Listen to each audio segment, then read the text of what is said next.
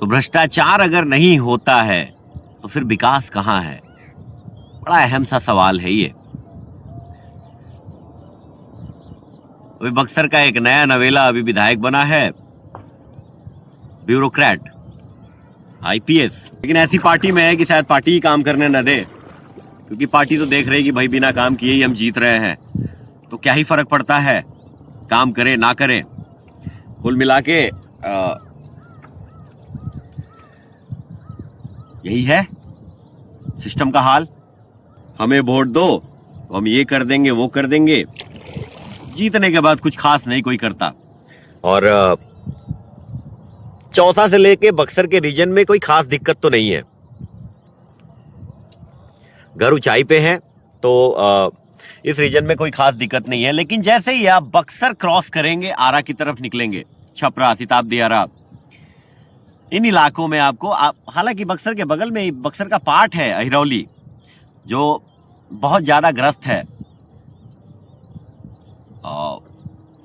बाढ़ के पानी से। तो आज हम लोग जाएंगे वहां और वहां भी मिलेंगे लोगों से।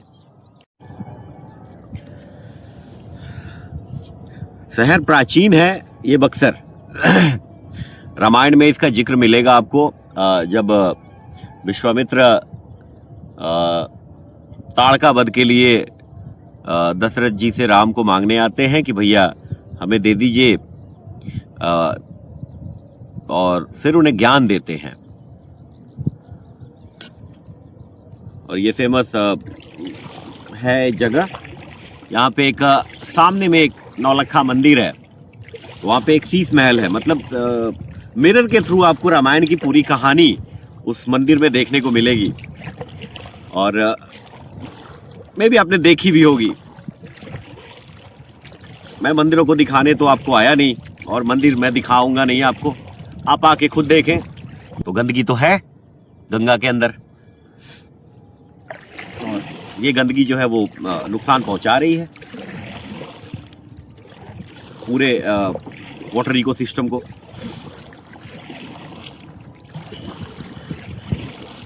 दोष किसे दें? सरकार ने बहुत साल पहले नमामि गंगे योजना लेके आई। तो नमामि गंगे योजना का मुख्य मकसद यही है शायद सरकार का कि बस गंगा को पुल से बांध दो, गंगा के तरफ चारों तरफ पुल बना दो, हाँ, और फ्लो को स्क्वीज कर दो, वीड्स को नैरो कर दो। यही है आई थिंक नमामि गंगे का मतलब। कि धरातल पर तो काम यही दिखता है, पुल दिखते हैं हमें, हर जगह पुल दिख रहे हैं गंगा जी में। लेकिन जो असल सफाई है, गाद की समस्या, कल हम बलिया में जब इंटर किए हम लोग, तो कोटवा हम लोग गए थे। तकरीबन गंगा का आधा पोर्शन जो है वो टापू में तब्दील हो चुका है बिहार की तरफ से। लगातार आपको टापू देखने को मिलेंगे, क्योंकि लेकिन सरकार ने तो बहुत कुछ बंद करा हुआ है। ये घाट फेमस है आपका बलिया का। ये सारे 3-4 घाट फेमस है दारू सप्लाई के लिए। रात में यहां से दारू सप्लाई होती है, रात को बोटें चलती रहती हैं। तो बंद तो बहुत कुछ है, लेकिन उस बंद का कुछ निष्कर्ष भी निकलना चाहिए। ऐसा कुछ मुझे नहीं लगता कि ऐसा कुछ धरातल पे दिखता है। जो मादेवा में रुका था चौसा में, तो रात को वहां भी सप्लाई हो रही थी। तो पुलिस मिली जुली रहती है, वो जब आएगी तो सायरन बजाते हुए आएगी, ताकि किसी को पता ना चले, मतलब सब सावधान हो जाएं। हाँ भैया, जो जहाँ है वहीं रुक जाओ। तो ये सिस्टम है की सप्लाई जो है वो रात के 10 बजे के बाद से लगातार आपको गंगा के इस तरफ उस तरफ दोनों घाटों पे आपको दिखता ही रहता है। आप चाहें तो इजी वे में रिकॉर्ड करके जा सकते हैं इसे। दारू सप्लाई के जो घाट हैं, ये घाट जो है ये मतलब कॉमनली वैसे घाट नहीं है जहाँ से लोग रोज आते जाते हैं। ये घाट उनसे थोड़ी सी दूरी पर बने रहते हैं। एक छोटी सी डेंगी होगी, एक छोटा सा नाव होगा, और रात को इसी के सहारे अपना इजी वे में पानी में चलते हुए क्योंकि ज़्यादा वीड्स भी नहीं है, तो मोटर के बगैर भी वो आराम से सेल करते हुए मेरी तरह वो इजी वे में आ जाते हैं। यहाँ से फिर सप्लाई होती है दारू की, और पुलिस महकमे की निगरानी में ये दारू जो है वो आपको बिहार के इलाकों में पहुंचता है।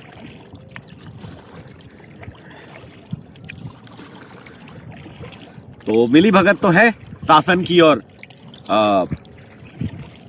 जो सप्लायर है, जो दारू सप्लाई करते हैं, काफ़ी मिली भगत है इनकी, और इसी वजह से आराम से बिहार में दारू का धंधा, अवैध धंधा जो है वो फलता फूलता है। और ये तकरीबन आपको हर घाट पे मिलेगा, जहाँ से भी आप यूपी कनेक्ट कर रहे हैं गंगा जी के थ्रू, वहाँ से पूरी रात दारू सप्लाई चलती रहती है। क्योंकि छपरा, आरा, पटना के रीजन में बालू का अवैध खनन बहुत ज़्यादा है, और इस वजह से गाद की समस्याएं बनी रहती हैं। लोगों ने कहा कि जब मैं बलिया में प्रवेश करूंगा तो गाद काटा जाता है हर साल, धारा थोड़ी तीव्र होती है। कुछ नहीं है, ये सब कोरी बकवास थी। और जब कोटवा गया मैं, बलिया का पहला गांव, तो उन्होंने कहा कि नहीं सर, ऐसा कुछ नहीं होता है यहाँ पे, गाद वाद सफाई का कुछ ऐसा नहीं है। आया था बहुत पहले, एक मशीन एक बार आई थी, थोड़ा बहुत साफ करा था। वो दो जो आप टावर जो देख रहे थे, वो दो टावर के आसपास में ही, बस, इससे ज़्यादा कुछ नहीं होना है, और इससे ज़्यादा कुछ होता नहीं है। और ये यूपी के जो साइड के गांव हैं गंगा के इस तरफ, ये गांव दरअसल विकास के रेस में बहुत पीछे हैं। ये पिछड़े हुए गांव हैं, और तकरीबन कमोबेश स्थिति बक्सर के बाद बिहार की भी यही हो जाएगी कि जो भी गांव आपको मिलेंगे वो सारे के सारे पिछड़े ही गांव हैं। सरकार उन्हें उस कैटेगरी में नहीं रखती है, लेकिन जब आप वो हालत देखेंगे उनकी, तो वो आपको देख के पता चलेगा कि वो सारे के सारे गांव जो है वो पिछड़े हैं। कटाव की समस्याएं बहुत हैं, खेती खराब होती है लोगों की। असल खेती बिहार की धान की है, और वो धान की खेती इधर खराब हो जाती है।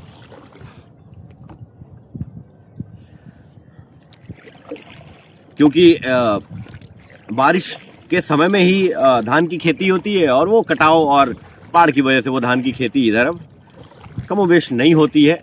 सब्जियां उगाते हैं लोग, तो अब निवारण कैसे होगा इस समस्या का, आप जाने, सरकार जाने। हमारा काम बस आपको दिखाना और बताना है।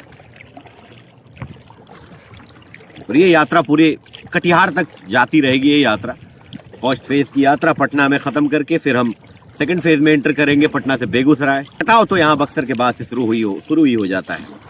वो आप देखेंगे, एक अहरौली नाम का जगह है यहाँ पे बक्सर के पास ही, वो बक्सर का ही पार्ट है, वो कटाव से बहुत प्रभावित है। तो आज हम उसको देखेंगे।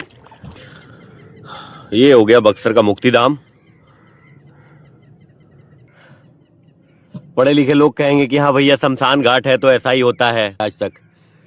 तो पटना का तो आपने देखा ही होगा, बनारस भी कमोवेश आपने देखा ही होगा।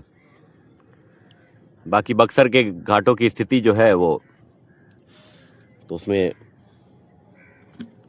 इतनी बदबू रहती है इन घाटों पे, लोग बस आते हैं, फूंक के चले जाते हैं अपने लोगों को।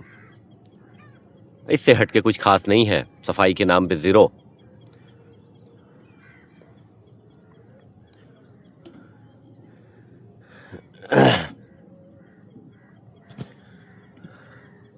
इलेक्ट्रिक का पता नहीं कि यहाँ है कि नहीं।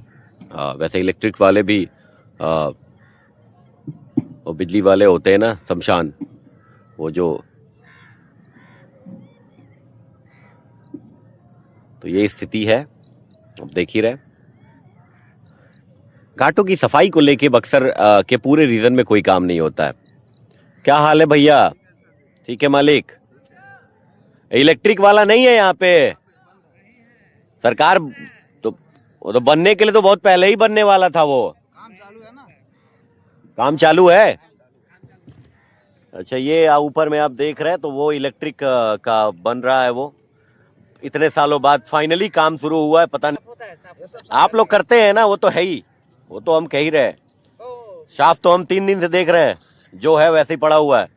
रोज जलता है, रोज साफ होता है। हाँ चलिए ठीक है। इलेक्ट्रिक वाला बन रहा है फिलहाल अभी, अब देखें बनने में कितना समय लगता है।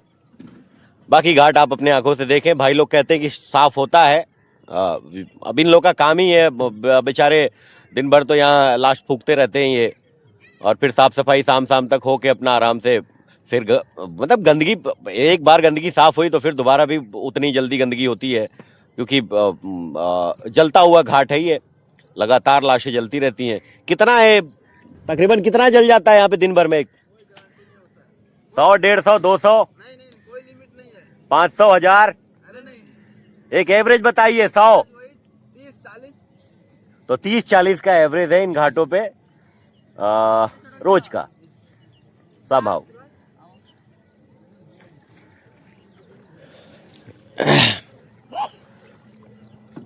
सारे भाई अपने काम में लगे पड़े हैं। जलने पे मोक्ष की प्राप्त होती है महर्षि विश्वामित्र की कृपा से। बाकी भाई हमारे सारे लगे पड़े हैं, काम अपना कर ही रहे, जो रोजमर्रा का काम है।